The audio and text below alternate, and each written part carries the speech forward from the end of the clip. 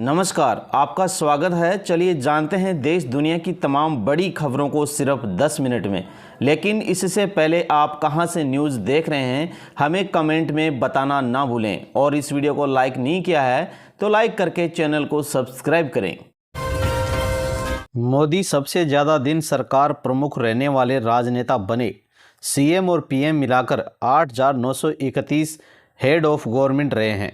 पवन कुमार चामलिंग को भी पीछे छोड़ दिया है नरेंद्र मोदी ने। प्रधानमंत्री नरेंद्र मोदी भारत में सबसे लंबे समय तक सरकार के प्रमुख रहने वाले नेता बन गए हैं। गुजरात के मुख्यमंत्री और प्रधानमंत्री के तौर पर सरकार के प्रमुख के रूप में 8,931 दिन पूरे करने के साथ ही पीएम मोदी ने चामलिंग के 8,930 दिनों के रिकॉर्ड को तोड़ दिया है।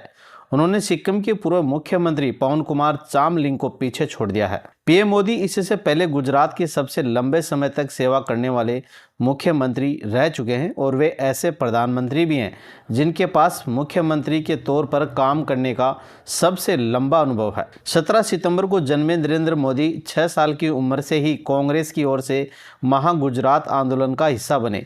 फिर 8 साल की उम्र में आरएसएस से जुड़ गए थे। 7 अक्टूबर 2001 को 51 साल की उम्र में बिना विधायक बने ही मोदी गुजरात के 14वें मुख्यमंत्री बने। 24 सालों में 14 साल गुजरात के मुख्यमंत्री रहे और अब तीसरी बार देश के प्रधानमंत्री हैं। दोस्तों, अब अमेरिका से एलपीजी लेकर कार्गो शिप मंगलुरु पहुंच गया है। 7 दिनों में गैस लेकर 4 जहाज भारत आए हैं। केंद्र बोला, फारस की खाड़ी में सभी 22 शिप सुरक्षित हैं। अमेरिका के टेक्सास से लिक्विफाइड पेट्रोलियम गैस यानी एलपीजी लेकर एक कार्गो शिप मंगलुरु के न्यू मैंगलोर पोर्ट पर पहुंच गया है। पिछले 7 दिनों में करीब 4 जहाज गैस लेकर समुद्र के रास्ते भारत पहुंचे हैं। इससे पहले 18 मार्च को भारतीय झंडे वाला क्रूड ऑयल टैंकर जग लाड़की गुजरात में अडानी पोर्ट आया था। वहीं 2 अन्य एलपीजी कैरियर एमटी शिवालिक और एमटी नंदा देवी लगभग 52,712 मीट्रिक टन गैस लेकर 16 और 17 मार्च को भारत आए थे। हालांकि ये तीनों जहाज हॉर्मुज के रास्ते से होकर गुजरे थे। घरेलू फ्लाइट्स का किराया 23 मार्च से बढ़ा सकेंगी एयरलाइंस। सरकार ने रोक हटाई है। इंडिगो संकट के दौरान 18,000 तय की थी अधिकतम सीमा। अब एयरलाइन कंपनियां घरेलू फ्लाइट का किराया सीटों की मांग के हिसाब से बढ़ा सकेंगी। सिविल एविएशन मिनिस्ट्री ने हवाई किराए पर लगी रोक को हटा दिया है। आदेश के मुताबिक ये फैसला 23 मार्च से लागू होगा। पिछले साल दिसंबर में इंडिगो की उड़ानों में आई रुकावटों के बाद फेयर कैप लगाया गया था। सरकार ने एयरलाइंस का अधिकतम किराया 18,000 तय किया था। एयरलाइन इससे ज़्यादा दाम नहीं ले सकती थी। राजस्थान, बंगाल समेत 12 राज्यों में बारिश का अलर्ट जारी है। यूपी, बिहार, दिल्ली में घना कोहरा, हिमाचल में 5 दिन से बर्फबारी है। उत्तराखंड, सिक्किम में भी एक लॉन्च का खतरा बढ़ गया है। देश के उत्तरी और दक्षिणी और पूर्वोत्तर के कई राज्यों में मौसम लगातार बदल रहा है। मार्च के पहले 15 दिन में जहां तापमान 40 डिग्री सेंटीग्रेड पार कर गया था, वहीं दूसरे पखवाड़े में लगभग हर राज्य में आंधी, बारिश, ओले गिरने की घटनाएं हो रही हैं। आईएमडी ने आज भी पश्चिमी राजस्थान समेत देश के 12 राज्यों में आंधी, बारिश, ओले गिरने का अलर्ट जारी किया है। इनमें सिक्किम, बंगाल, उड़ीसा, असम, अरुणाचल, मेघालय, नागालैंड, मणिपुर, मिजोरम, त्रिपुरा, कर्नाटक, केरल शामिल हैं। कर्नाटक के तटीय इलाकों और केरल में आज का मौसम उमस भरा रहेगा। इधर उत्तर प्रदेश और बिहार में रविवार सुबह भी कई जिलों में घना कोहरा छाया है। विजिबिलिटी भी 50 से 100 मीटर रह गई। राजस्थान में फिलहाल 2 तरह का मौसम है। आधे राजस्थान में बारिश के कारण तापमान घट गया है, जबकि बाकी आधे राज्य में गर्मी बढ़ रही है। शनिवार को सबसे ज़्यादा 39.9 डिग्री सेंटीग्रेड तापमान श्रीगंगानगर में रहा। टॉप 10 मंदिरों के पास 9 लाख करोड़ की संपत्ति है। तिरुपति बालाजी दुनिया का तीसरा सबसे अमीर धर्म स्थल बन गया है। भारत के टॉप 10 अमीर मंदिरों के पास 9 लाख करोड़ रुपए से ज़्यादा की संपत्ति है। ग्लोबल वेल्थ इंडेक्स 2026 के मुताबिक तिरुपति बालाजी मंदिर के पास 3 करोड़ 38 लाख रुपए की चल और अचल संपत्ति के साथ दुनिया का तीसरा सबसे अमीर धर्म स्थल है। इंटरनेशनल मॉनेटरी फंड IMF और वर्ल्ड बैंक के डाटा के मुताबिक तिरुपति मंदिर की कुल संपत्ति साइप्रस, आइसलैंड, एस्टोनिया जैसे 100 छोटे देशों की GDP से भी ज़्यादा है। यहाँ सामान्य और ख़ास दिनों में औसतन 1 से 5 करोड़ तक का चढ़ावा आता है। इस साल 17 मार्च को एक ही दिन 4.88 करोड़ का चढ़ावा आया था। भारत में आतंकी घटनाओं में 43% की कमी आई है। पाकिस्तान आतंकवाद प्रभावित देशों में टॉपर है। आतंकी हमलों की संख्या में भी 22% गिरावट आई है। भारत में पिछले एक साल में आतंकी घटनाओं में 43% की कमी दर्ज की गई है। ग्लोबल टेररिज्म इंडेक्स 2026 की सूची में भारत 13वें स्थान पर आ गया है। पिछले साल के मुकाबले भारत 2 पॉइंट नीचे आ गया। इससे पहले भारत 11वें स्थान पर था। वहीं सूची के अनुसार दक्षिण एशिया लगातार 10वें वर्ष आतंकवाद से सर्वाधिक प्रभावित क्षेत्र बना हुआ है। पिछली बार पाकिस्तान इस लिस्ट में टॉप पर था और आतंकवाद के सबसे अधिक प्रभावित देश बन गया है। अफगानिस्तान में हालात में सुधार है और यह अब टॉप 10 देशों की लिस्ट से बाहर आ गया है। दुनिया भर में 2025 में आतंकवाद से होने वाली मौतों से 28% की कमी आई है। आतंकी हमलों की संख्या भी लगभग 22% गिरकर 2,944 हो गई है। कुल मिलाकर इस साल 81 देशों में स्थिति सुधरी है, जबकि 19 देशों में स्थिति खराब भी हुई है। एलपीजी संकट, राज्यों को 23 मार्च से 20% ज़्यादा गैस मिलेगी।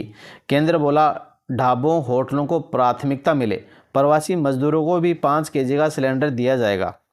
केंद्र ने देश में जारी गैस संकट के बीच राज्यों को एलपीजी सप्लाई बढ़ाने का निर्देश दिया है। 23 मार्च से राज्यों को अब से पहले के मुकाबले 20% ज़्यादा गैस दी जाएगी।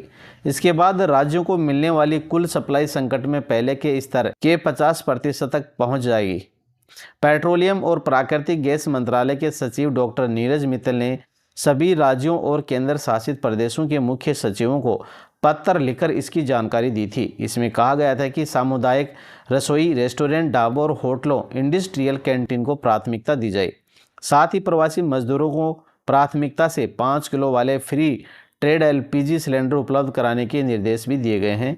वहीं गैस की कालाबाजारी या गलत इस्तेमाल रोकने के लिए कदम उठाने को भी कहा गया है। पश्चिमी बंगाल की मुख्यमंत्री ममता बोली, मोदी सबसे बड़े घूसपैठिए हैं। बंगाल में अघोषित राष्ट्रपति शासन लगाया। केरल सीएम ने कांग्रेस और राहुल को बीजेपी की बी टीम बताया। पश्चिमी बंगाल की सीएम ममता बनर्जी ने शनिवार को पीएम नरेंद्र मोदी को सबसे बड़ा घुसपैठिया बताया है।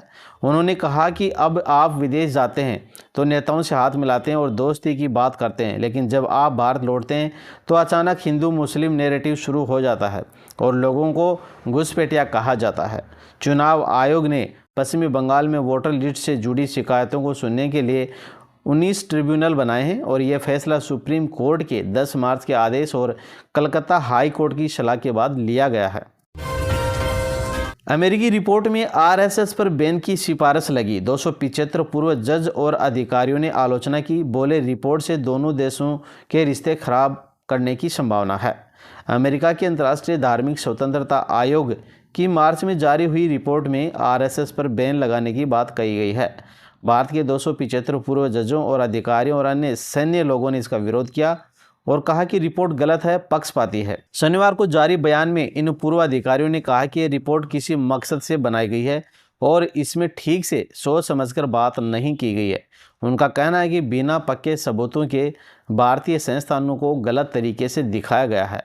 बयान में कहा गया है कि आरएसएस जैसे संगठन पर बैन लगाना, उसकी संपत्ति जब्त करना और लोगों के आने जाने पर रोक लगाना बिल्कुल गलत और बेकार सुझाव है। पूर्व अधिकारियों ने अमेरिकी सरकार से कहा कि जो लोग यह रिपोर्ट बना रहे हैं उनकी जांच होनी चाहिए। उनका विरोध होना चाहिए कि कुछ भारत विरोधी लोग ऐसी रिपोर्ट के जरिए दोनों देशों के बीच भरोसा खराब करना चाहते हैं। हिमाचल बजट पर 1 लाख परिवारों को 300 यूनिट मुफ्त बिजली मिलेगी और महिलाओं को 1500 रुपये, 70,000 अस्थायी कर्मचारियों का मानदेय बढ़ाया जाएगा। 3 नई टाउनशिप की भी घोषणा की गई है। हिमाचल प्रदेश के मुख्यमंत्री सुखविंदर सिंह सुक्खू ने आज अति गरीब बीपीएल परिवारों के लिए मुख्यमंत्री सुखी परिवार योजना शुरू करने की घोषणा की है। इस स्कीम के तहत 1 लाख निर्धन परिवारों को 300 यूनिट बिजली मुफ्त दी जाएगी और सीएम ने कहा कि ऐसे परिवारों की पहचान की जाएगी और पक्के मकानों से वंचित गरीब परिवारों को चरणबद्ध तरीके से इनकी सुविधा प्रदान की जाएगी। सीएम ने कहा कि इन परिवारों की महिलाओं को भी 1500 रुपए की राशि इंदिरा गांधी सुख सम्मान निधि योजना से दी जाएगी। सीएम ने वर्तमान वित्तीय हालात को देखते हुए विधायकों की क्षेत्र विकास निधि 2 करोड़ 10 लाख रुपए से घटाकर 1 करोड़ 10 लाख रुपए करने की घोषणा की है। ट्रंप का ईरान को अल्टीमेटम, 48 घंटे में होर्मुज खोले नहीं तो पावर प्लांट तबाह कर देंगे। ईरान बोला, अमेरिका इजराइल के वाटर प्लांट उड़ा देंगे। अमेरिकी राष्ट्रपति ट्रंप ने ईरान को कड़ी चेतावनी दी। उन्होंने कहा कि अगर 48 घंटे के भीतर होर्मुज स्ट्रेट को पूरी तरह नहीं खोला गया तो अमेरिका ईरान के पावर प्लांट पर हमला करेगा।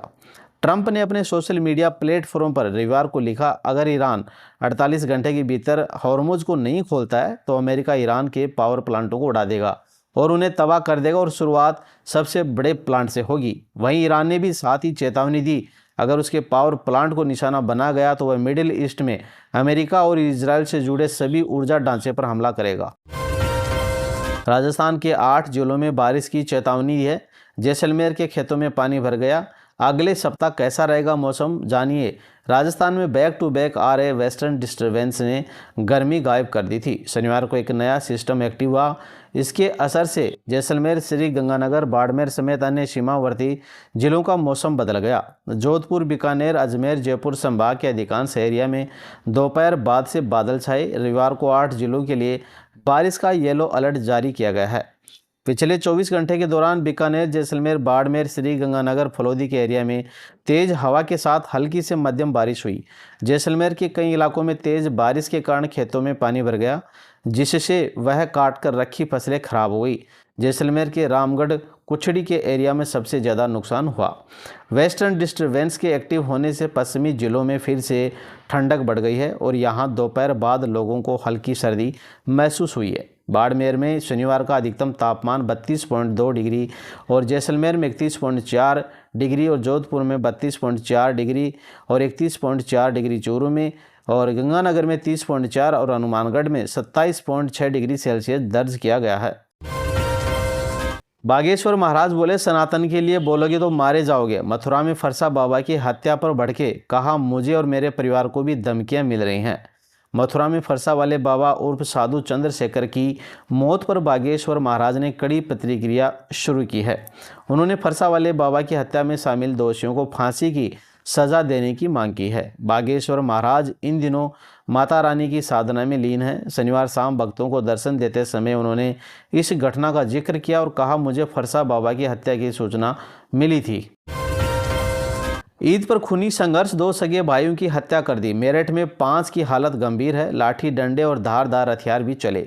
मेरठ में शनिवार रात मामूली कहासुनी को लेकर खूनी संघर्ष हो गया। 2 पक्षों में जमकर लाठी डंडे और धारदार हथियार चले। इसमें 2 सगे भाइयों की हत्या हो गई जबकि 5 लोग घायल हुए। मरने वाले दोनों ग्राम प्रधान के भाई हैं। सभी को अस्पताल में भर्ती कराया गया है। वारदात के बाद से गाँव में तनाव है। बताया जा रहा है कि जुआ खेलने के दौरान झगड़ा हो गया। इसके बाद दोनों पक्ष आपस में भिड़ गए और मौके पर 3 थानों की पुलिस फोर्स मौजूद है। एसएसपी अविनाश पांडे भी मौके पर पहुंच गए। मामला सरदना के गांव मेरमती गणेशपुर का है। बेतिया समेत 5 जिलों में कुआसा है। 6 में आंधी बारिश का अलर्ट जारी है। 7 लोगों की मौत हो गई। फसलों को भी नुकसान हुआ है। 7 दिनों तक ऐसा ही रहेगा मौसम। बिहार में मौसम का मिजाज बदल गया है। पिछले 2 दिनों से अधिकतर जिलों में तेज हवा के साथ बारिश हो रही है और कुछ जिलों में ओले भी गिर रहे हैं। बारिश के बाद समस्तीपुर, मधुबनी, जमुई, गोपालगंज और बेतिया में रविवार सुबह कुआसा रहा। विजिबिलिटी काफ़ी कम देखने को मिली। इधर मौसम विज्ञान केंद्र ने आज सोमवार को प्रदेश के 6 जिलों में बारिश का येलो अलर्ट जारी किया है। इन जिलों में हल्की से मध्यम बारिश होने के साथ साथ तेज हवा चलने की संभावना है। मौसम विभाग के अनुसार प्रदेश में अगले 1 सप्ताह तक आसमान में बादल छाए रहेंगे और कुछ जिलों में रुक रुक कर बारिश हो सकती है। इस दौरान अधिकतम तापमान 32 से 34 डिग्री सेल्सियस के बीच रहने का अनुमान है। इससे गर्मी से थोड़ी राहत मिलेगी। बिहार दिवस पर 3 दिनों तक सजेगा गांधी मैदान। सांस्कृतिक मंच, बॉलीवुड सिंगर शान और पोपोन अपने गानों से बिखेरेंगे जलवा। सीएम नीतीश कुमार करेंगे उद्घाटन। बिहार दिवस पर पटना के गांधी मैदान में 3 दिन तक भव्य प्रोग्राम का आयोजन किया जा रहा है। इस साल का समारोह उन्नत बिहार, उज्जवल बिहार थीम पर रखा गया है। इसमें प्रदेश की विकास यात्रा, सांस्कृतिक विरासत और सामाजिक सशक्तिकरण की झलक देखने को मिलेगी। इसके अलावा बॉलीवुड के सिंगर शान और पापोन भी पहुंचेंगे। गांधी मैदान के सांस्कृतिक पेवेलियन में रोज़ सुबह 10 से शाम 5 बजे तक स्थानीय कलाकारों की ओर से लोक नृत्य, लोक संगीत और नुक्कड़ नाटक किए जाएंगे। इसके अलावा श्री कृष्ण मेमोरियल हॉल और रविंद्र भवन और अन्य जगहों भी प्रोग्राम होंगे। समाज कल्याण विभाग की देखरेख में विभिन्न योजनाओं, उपलब्धियों और सेवाओं को दिखाने के लिए स्टॉल और पेवेलियन लगाए गए हैं। महिला एवं बाल विकास निगम को इस आयोजन का नोडल एजेंसी बनाया गया है। कार्यक्रम का उद्घाटन शाम 5 बजे मुख्यमंत्री नीतीश कुमार करेंगे। तो दोस्तों, ये हैं आज के मुख्य समाचार, और आप चैनल पे नए तो चैनल को सब्सक्राइब करें, साथ ही वीडियो को लाइक करें। जय हिंद, जय भारत।